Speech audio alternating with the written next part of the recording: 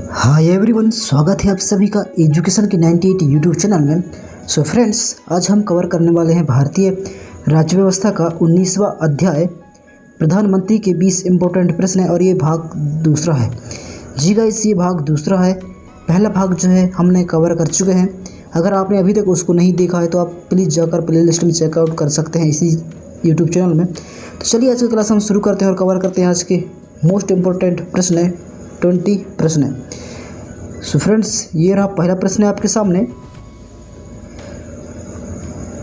प्रधानमंत्री पद पर सर्वाधिक समय तक कौन आसीन रहा? प्रधानमंत्री पद पर सर्वाधिक समय तक कौन आसीन रहा? तो कौन जो है सर्वाधिक समय तक प्रधानमंत्री पद पर आसीन रहा? तो ये रहा था किसने? जवाहरलाल नेहरू। किसने रहा? जवाहरलाल नेहरू ने। ऑप्शन नंबर बी इसका सही जवाब हो जाएगा। ऑप्शन नंबर बी इसका सही जवाब हो जाएगा। अगला प्रश्न है,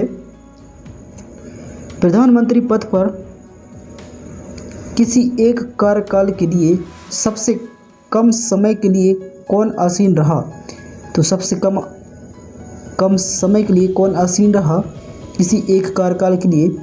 तो ये रहा कौन? अटल बिहारी वाजपेयी। कौन रहा? Atal Bihari Vajpayee. Option number D इसका सही जवाब हो जाएगा। ऑप्शन नंबर डी इसका सही जवाब हो जाएगा। अगला प्रश्न है, निम्नलिखित में से किसने 2 बार कार्यकारी प्रधानमंत्री के रूप में पदभार ग्रहण किया? निम्नलिखित में से किसने 2 बार कार्यकारी प्रधानमंत्री के रूप में पदभार ग्रहण किया? तो किसने ग्रहण किया था पदभार? तो ये किया था गुलजारी लाल नंदा ने। किसने? गुलजारी लाल नंदा ने। ऑप्शन नंबर सी इसका सही जवाब हो जाएगा। ऑप्शन नंबर सी इसका सही जवाब हो जाएगा। अगला प्रश्न है, प्रथम गैर कांग्रेसी प्रधानमंत्री बने।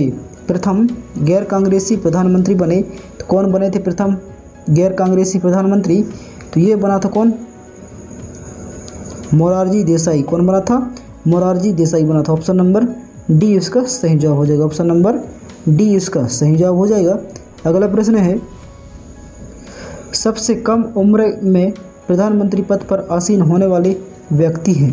सबसे कम उम्र में प्रधानमंत्री पद पर आसीन होने वाले व्यक्ति हैं। तो कौन है सबसे कम उम्र में प्रधानमंत्री पद पर आसीन होने वाले व्यक्ति?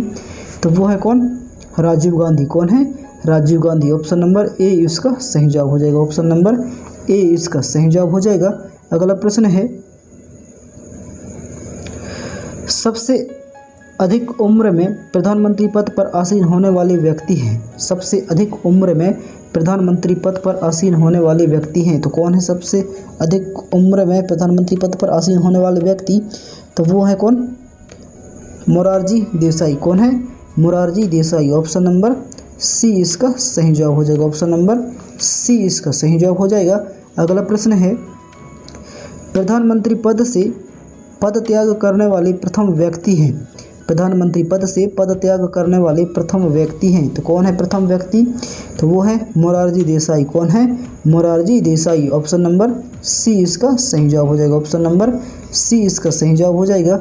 अगला प्रश्न है, ऐसे प्रथम प्रधानमंत्री जिसके विरुद्ध लोकसभा में अविश्वास प्रस्ताव लाया गया। ऐसे प्रथम प्रधानमंत्री जिसके विरुद्ध लोकसभा में अविश्वास प्रस्ताव लाया गया। तो कौन है वो प्रधानमंत्री?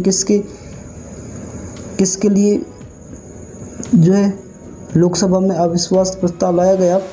तो वो है कौन? जवाहरलाल नेहरू। कौन है?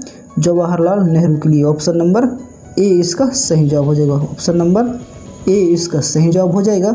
अगला प्रश्न है, लोकसभा चुनाव में पराजित होने वाले या होने वाली प्रथम प्रधानमंत्री हैं। तो कौन है लोकसभा चुनाव में पराजित होने वाले प्रथम प्रधानमंत्री? तो वो कौन है? इंदिरा गांधी। कौन है? Indira Gandhi. Option number C इसका सही जवाब हो जाएगा। ऑप्शन नंबर सी इसका सही जवाब हो जाएगा। अगला प्रश्न है, प्रथम पूर्णतः गैर कांग्रेसी प्रधानमंत्री बने।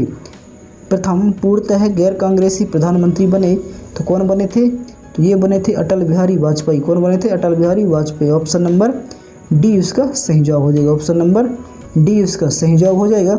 अगला प्रश्न है, भारत के प्रथम सिख प्रधानमंत्री हैं। भारत के प्रथम सिख प्रधानमंत्री हैं तो कौन है भारत के प्रथम सिख प्रधानमंत्री? तो वो है कौन? मनमोहन सिंह। कौन है? Manmohan Singh. Option number A इसका सही जवाब हो जाएगा। ऑप्शन नंबर ए इसका सही जवाब हो जाएगा। अगला प्रश्न है कि किस प्रधानमंत्री द्वारा प्रस्तुत विश्वास प्रस्ताव पर अब तक की सबसे लंबी बहस लोकसभा में चली? किस प्रधानमंत्री के द्वारा प्रस्तुत विश्वास प्रस्ताव पर अब तक की सबसे लंबी बहस लोकसभा में चली? तो किस प्रधानमंत्री के द्वारा? तो ये है अटल बिहारी वाजपेयी के द्वारा। किसके द्वारा? अटल बिहारी वाजपेयी के द्वारा। ऑप्शन नंबर डी इसका सही जवाब हो जाएगा। ऑप्शन नंबर डी इसका सही जवाब हो जाएगा। अगला प्रश्न है अभी तक पद पर रहने वाले कितने प्रधानमंत्रियों की मृत्यु हुई है? अभी तक पद पर रहने वाले कितने प्रधानमंत्रियों की मृत्यु हुई है? तो कितने प्रधानमंत्रियों की मृत्यु हुई है? तो वो हुई है 3 प्रधानमंत्रियों। कितने की? 3 प्रधानमंत्रियों की। ऑप्शन नंबर बी इसका सही जवाब हो जाएगा। ऑप्शन नंबर बी इसका सही जवाब हो जाएगा। अगला प्रश्न है अब तक का लोकसभा में प्रस्तुत अविश्वास प्रस्ताव सर्वाधिक बार किस प्रधानमंत्री की सरकार के खिलाफ रखे गए हैं? अब तक का लोकसभा में प्रस्तुत अविश्वास प्रस्ताव सर्वाधिक बार किस प्रधानमंत्री के सरकार के खिलाफ रखे गए हैं? तो किस सरकार के खिलाफ रखे गए हैं? तो ये रखे गए हैं इंदिरा गांधी सरकार के खिलाफ। किसके खिलाफ? इंदिरा गांधी सरकार के खिलाफ। ऑप्शन नंबर सी इसका सही जवाब हो जाएगा। ऑप्शन नंबर सी इसका सही जवाब हो जाएगा। अगला प्रश्न है लोकसभा में विश्वास मत प्राप्त करने के पहले ही त्यागपत्र देने वाले प्रधानमंत्री हैं? लोकसभा में विश्वास मत प्राप्त करने के पहले ही त्यागपत्र देने वाले मंत्री हैं तो कौन है वह प्रधानमंत्री? तो वो है उपरोक्त में से दोनों। कौन है? उपरोक्त में से दोनों, चौधरी चरण सिंह और अटल बिहारी वाजपेयी। ये दोनों जो है विश्वास मत प्राप्त होने से पहले ही त्यागपत्र देने वाले प्रधानमंत्री। तो ऑप्शन नंबर सी इसका सही जवाब हो जाएगा। अगला प्रश्न है लोकसभा में विश्वास मत प्राप्त करने में असफल रहने के कारण त्यागपत्र देने वाले प्रधानमंत्री हैं तो कौन है यह प्रधानमंत्री? तो ये है कौन? उपरोक्त में से दोनों। तो उपरोक्त में से दोनों कौन कौन से हैं? एक है वीपी सिंह और दूसरा है HD देवगौड़ा। तो ये उपरोक्त में से दोनों जो है लोकसभा में जो है विश्वास मत प्राप्त करने में असफल रहने के कारण जो है अपना त्यागपत्र देना पड़ा इन दोनों को। तो ऑप्शन नंबर सी इसका सही जवाब हो जाएगा। अगला प्रश्न है संसदीय शासन प्रणाली में वास्तविक कार्यपालिका शक्ति किसके पास होती है? तो किसके पास होती है यह शक्ति? तो ये होती है प्रधानमंत्री के पास। किसके पास होती है? प्रधानमंत्री के पास। ऑप्शन नंबर बी इसका सही जवाब हो जाएगा। ऑप्शन नंबर बी इसका सही जवाब हो जाएगा। अगला प्रश्न है भारतीय संविधान के अनुसार तथ्यात्मक संप्रभुता निवास करती है।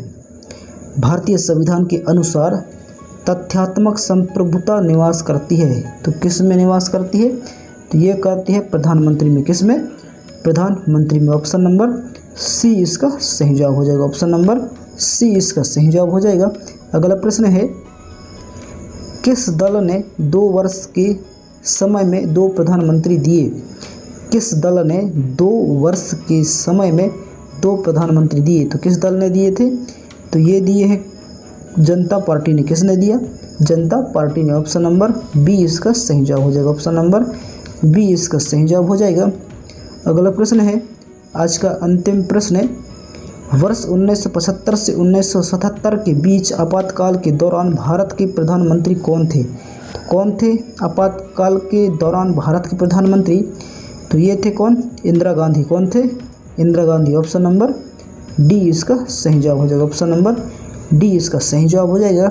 सो फ्रेंड्स कुछ इस तरह रहा आज का क्लास कैसा लगा नीचे कमेंट कर जरूर बताएं और क्लास पसंद आए तो प्लीज़ वीडियो को लाइक कर अपने दोस्तों के पास शेयर करें और अगर पहली बार इस YouTube चैनल में विजिट किए तो प्लीज़ चैनल को सब्सक्राइब कर बेल आइकन को ऑल प्रेस जरूर करें ताकि आने वाले हर एजुकेशन वीडियो आप तक से जल्द पहुँचे। सो फ्रेंड्स मिलते हैं नेक्स्ट क्लास में।